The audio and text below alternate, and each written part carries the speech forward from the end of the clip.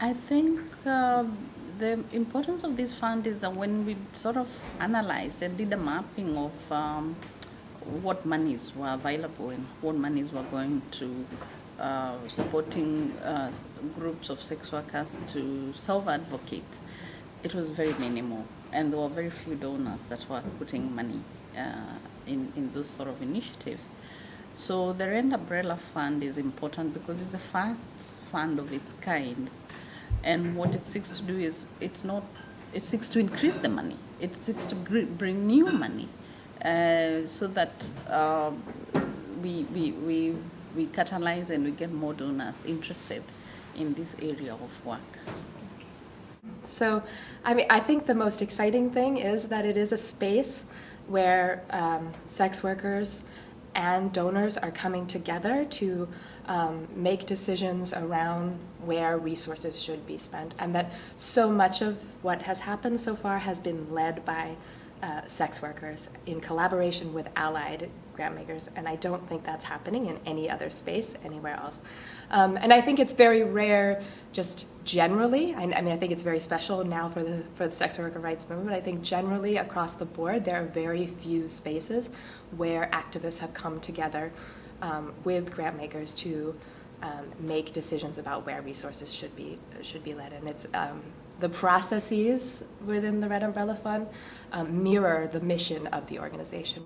Comic Relief's funding the Red Umbrella Fund because for us it is very aligned to what we believe is important in the grants that we make,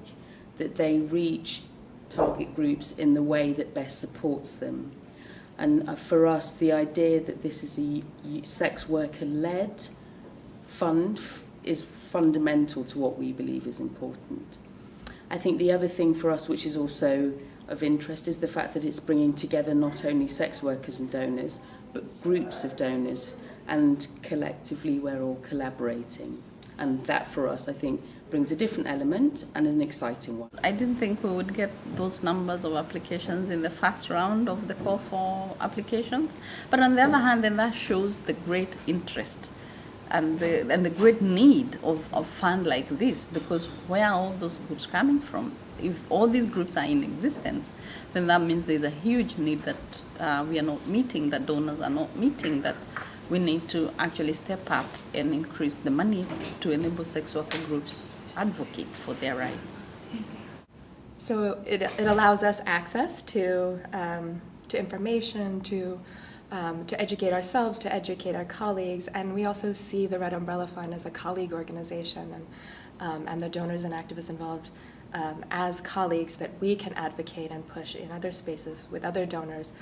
their understanding of sex worker rights and the need for grant making and funding around this particular population. Personally, I think it's very easy when you're sitting at your desk just doing your daily work that you think you know a lot, that you think you understand a lot, and that you think you're able to talk about experiences of those that you fund. I think very much for me what this has taught me is that actually I think I'm able to play a role in in advocating for and influencing my colleagues on issues around sex worker rights, but fundamentally the first-hand experience and interaction with sex workers on strategic issues has, for me, increased and improved and elevated my understanding beyond what I thought it could. And I think, it's not just the work, it's also the interpersonal relationships, which are really, really important and really, really strong. Because especially as human rights funders, we want to be driven by the priorities that are set at the grassroots level by sex workers, by labor rights activists working at the grassroots, by farmers, by those who are working at the grassroots level. And this is a real opportunity to engage around that conversation and to then take some of what you've learned back to your own organization and think about the way you make decisions and how you develop strategies and how you best support those organizations that you work with and the relationship between the grantees that you work with and your own staff and board.